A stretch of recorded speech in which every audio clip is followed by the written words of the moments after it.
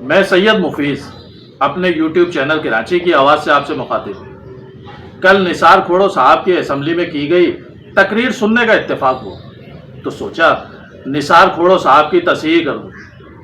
آپ نے درست کہا، نثار کھوڑو صاحب کہ کراچی کو سندھ سے الگ کر کے نہیں دیکھنا چاہیے، لیکن کیا کریں کہ آپ اور آپ کے آباء و اجداد نے کراچی کو ہمیشہ سے سندھ سے الگ کر کے ہی فیصلے کیے۔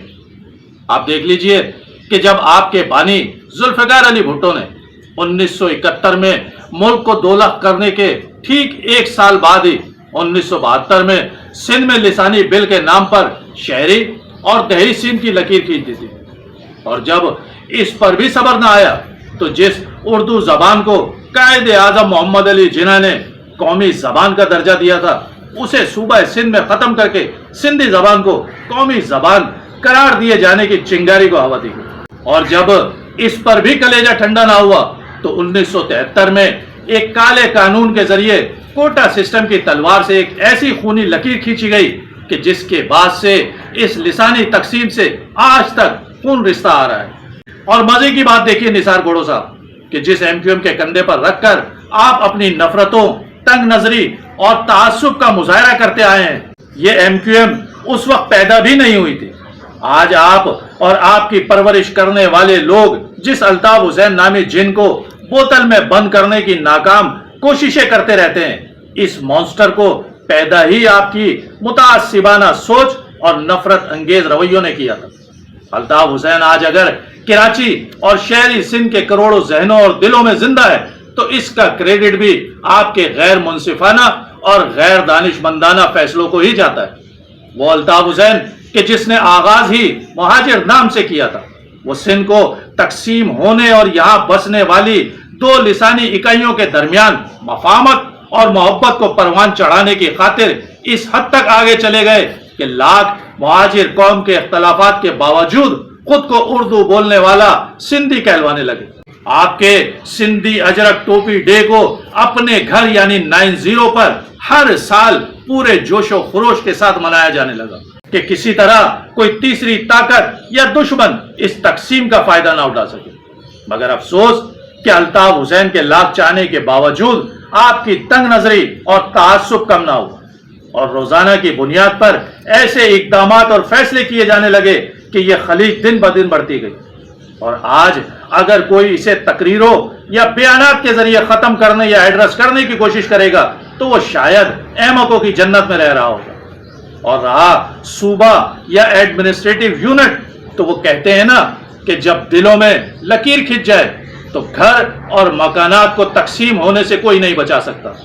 تو آپ سے بھی گزارش ہے کہ ایسی تقریریں صرف جلتی پر تیل کا ہی کام کریں گی۔ اب آپ کی مرضی ہے کہ آپ نے اس آگ کو بھڑکانا ہے یا اپنے عملی اقدامات کے ذریعے اسے ٹھنڈا کرنا ہے۔ اور آخر میں آپ کی اس تقریر کا جواب اس چھوٹے سے ویڈیو کلپ میں موجود ہے جو آپ کی متعصبانہ سوچ کی مکمل عکاسی کرے گا۔ کراچی یونیورسٹی کے طلباء پر سیمسٹر 1,12,000 روپے اور سندھ یونیورسٹی کے طلباء 19,700 روپے۔ فارمیسی کی فیس جو کراچی یونیورسٹی کے طلباء ایک سیمسٹر کی فیس ادا کرتے ہیں وہ 78,000 روپے، اس کے مقابلے میں سندھ یونیورسٹی کے طلباء 22,000 روپے ادا کر رہے ہیں۔ Karachi university department of physiotherapy کی فیس پر سیمسٹر 2,09,000 روپے ہے اور سندھ یونیورسٹی کے طلباء یہی فیس 80,000 روپے ادا کر رہے ہیں۔ ڈپارٹمنٹ آف پبلک ایڈمنسٹریشن 60,000 روپے کراچی یونیورسٹی کا طالب علم ادا کرے اور سندھ یونیورسٹی کا طالب علم 18,500 روپے۔ کراچی یونیورسٹی 45,000 اسٹوڈنٹ ہیں، سندھ یونیورسٹی میں 22,000 اسٹوڈنٹ ہیں۔ اور میں آپ کو بتاؤں کہ کراچی یونیورسٹی میں اس وقت 28 پوائنٹ بسیں ہیں جو پورے کراچی سے طلباء کو کراچی یونیورسٹی چھوڑنے کا کام کرتی ہیں، اور سندھ یونیورسٹی کے 22,000 طلباء کے لیے کتنی 70 بسیں 70 بسیں۔ یہ ختم کر دو باتیں کہ جی سندھ اور کراچی، سندھ اور کراچی۔ یہاں میں بیٹھا ہوا تھا اسپیکر کی کرسی پر، اسپیکر کے کرسی پہ بیٹھا ہوا تھا، زمانہ 2008 سے 13 کا تھا۔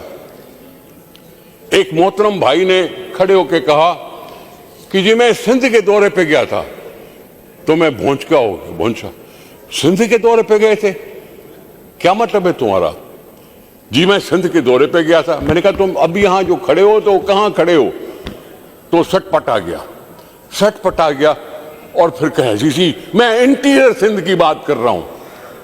میں نے کہا تو کیا یہ اگر تم انٹیریئر سندھ کا دورہ کرنے گئے تھے تو کیا یہ ایکسٹیریئر سندھ ہے؟